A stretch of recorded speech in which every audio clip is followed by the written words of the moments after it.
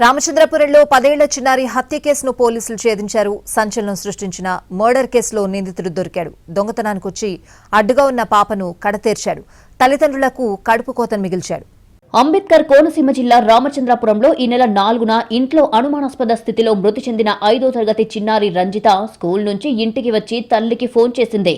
తల్లి సునీత ఇంటికి వచ్చి చూసేసరికి ఫ్యాన్ కి వేలాడుతూ కనిపించింది. దాంతో రంజిత మృతిపై తల్లిదండ్రులు పోలీసులకు ఫిర్యాదు చేశారు. తమ కూతురు చనిపోయేంత పిరికిది కాదని విచారణ చెయ్యాలని కంప్లైంట్ చేశారు. దీంతో విచారణ ప్రారంభించిన పోలీసులు అన్ని కోణాల్లో విచారణ చేశారు. రంజిత తల్లి సునీత రామచంద్రపురం ప్రభుత్వ హాస్పిటల్లో హెడ్ నర్సుగా పనిచేస్తోంది. తండ్రి రాజు ముంబై షిప్ యార్డులో ఉద్యోగరీత్యా అక్కడే ఉంటారు. అక్క వైజాగ్లోని నవోదయలో చదువుతోంది. చిన్న కూతురు రంజితతో కలిసి తల్లి సునీత రామచంద్రపురంలో ఇల్లు అద్దెకు తీసుకుని ఉంటున్నారు.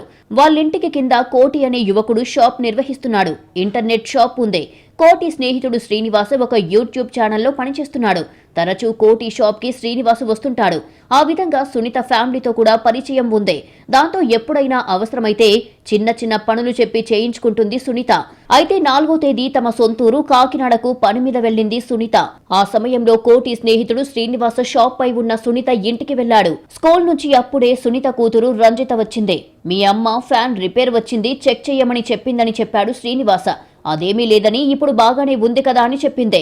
అయినప్పటికీ చెక్ చేస్తానని చెప్పి లోపలికి వెళ్లే ప్రయత్నం చేశాడు. దాంతో అనుమానం వచ్చిన రంజిత తల్లికి ఫోన్ చేయడానికి ప్రయత్నం చేసింది. ఫ్యాన్ రిపేర్ సాకుతో ఇంట్లోకి దొంగతనానికి వచ్చాడు శ్రీనివాస.